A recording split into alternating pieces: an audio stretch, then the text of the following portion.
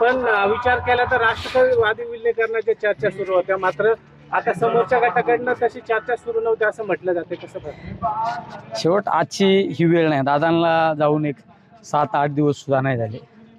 त्यामुळं या राजकीय स्टेटमेंट वगैरे त्यानंतर आपण करणारच सविस्तर. पण आजची ती घटना नाही. माझ्या आपल्या निमित्ताने हे सर्वांना सांगणं आहे की दादांच्या विचारावर चालणारे उमेदवार येत्या जिल्हा परिषदमध्ये निवडून आले पाहिजे. तीच खऱ्या अर्थाने दादांना श्रद्धांजली होईल. पण अशी काही चर्चा सुरू होती का? काही कल्पना होती तुम्हाला त्याची? चर्चा सुरू होती? चर्चा सुरू होती हे सर्वांना पूर्णपणे माहिती.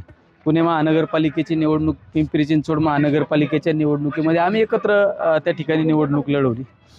मी ज्या गटामध्ये उभा आहे त्या ठिकाणचे दामोअण्णा घोडे आदरणीय पवारसाहेबांच्या बरोबर राजकारणामध्ये होते.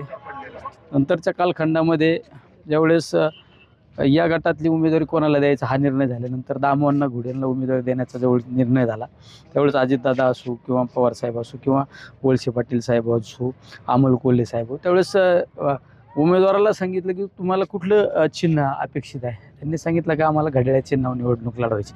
याचा अर्थ हे सगळं ठरलेलं होतं. विलीनीकरणाची चर्चा आता काल परवा मी सातारा, सांगली त्या भागामध्ये मी शशिकांत शिंदे साहेब आम्ही उमेदवारांच्या प्रचाराला फिरत होतो. ते सर्व उमेदवार घड्याळ्या चिन्हावर उभे होते. चर्चा सुरू होती. तर खासदार साहेब दुःखाचा वेळ आहे, परंतु एकीकडे कार्यकर्ता एक आशा लावून बसलेला आहे की 2 राष्ट्रवादी एकत्र आले तर पुन्हा एकदा राष्ट्रवादी एक वेगळ्या उंचीवरती जाऊ शकते. तुम्ही कसं पाहता याच्याकडे? सगळं होईल व्यवस्थित. तुम्ही काळजी नको करू, सगळं होईल. कार्यकर्त्यांना जे अपेक्षित आहे त्या पद्धतीने होईल.